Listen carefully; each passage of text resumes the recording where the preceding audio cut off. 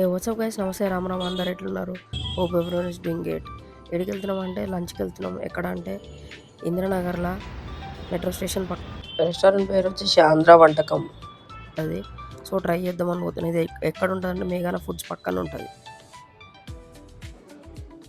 లోపలికి వచ్చేసినాం. ఇంకా అంబియన్స్ మంచిగా ఉంది, ప్లెజెంట్గా ఉంది.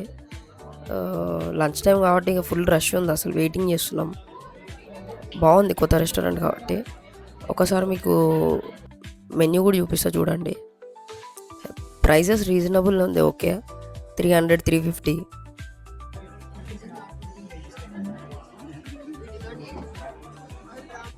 ఇట్లా అరిటాకులా తిని చాలా రోజులు అవుతుంది అసలు.